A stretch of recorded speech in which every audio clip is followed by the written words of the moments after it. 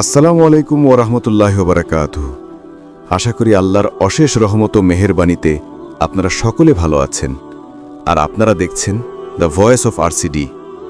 গোসল ফরজ হলে যে 5টি কাজ করা সম্পূর্ণ নিষেধ। অতএব ফরজ গোসল না করে এই 5টি কাজ করা যাবে না।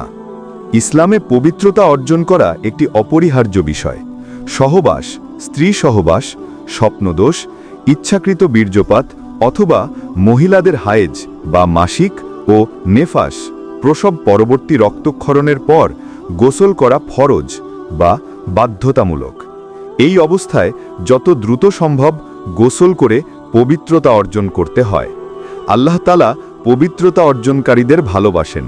এ প্রসঙ্গে তিনি বলেন, সেখানে এমন লোক আছে যারা উত্তম রূপে পবিত্রতা অর্জন করতে ভালোবাসে, আর আল্লাহ পবিত্রতা অর্জনকারীদের ভালোবাসেন।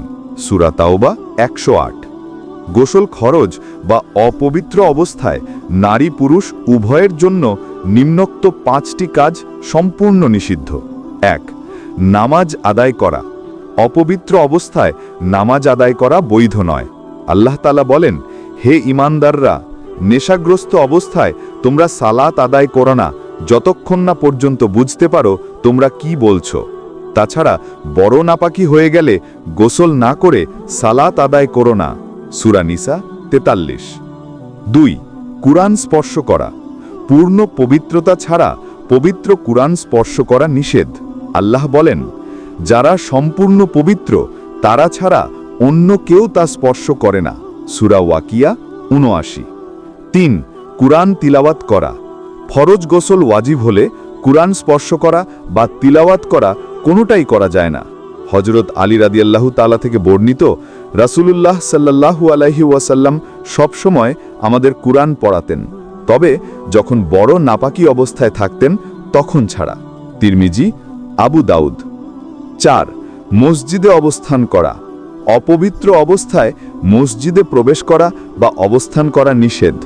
হযরত আয়েশা রাদিয়াল্লাহু তাআলা বর্ণনা করেন, রাসূলুল্লাহ সাল্লাল্লাহু আলাইহি ওয়াসাল্লাম বলেছেন, হায়েজ নারী ও গোসল ফরজ এমন অপবিত্র ব্যক্তির জন্য মসজিদে যাওয়া বৈধ নয়। আবু দাউদ। 5. কাবা শরীফ তওয়াফ করা। তোয়াফকে নামাজের মতনই পবিত্র বলে গণ্য করা হয়, তাই অপবিত্র অবস্থায় তোয়াফ করা যায় না। রাসূলুল্লাহ সাল্লাল্লাহু আলাইহি ওয়াসাল্লাম বলেছেন, আল্লাহর ঘর কাবা তোয়াফ করা নামাজ আদায়ের সমান। নাসাই। সুতরাং গোসল ফরজ হলে নারী পুরুষ উভয়েরই উচিত দ্রুত এসব কাজ থেকে বিরত থেকে আগে গোসল করে পবিত্র হওয়া, তারপর অন্যান্য ইবাদতে মনোযোগ দেওয়া।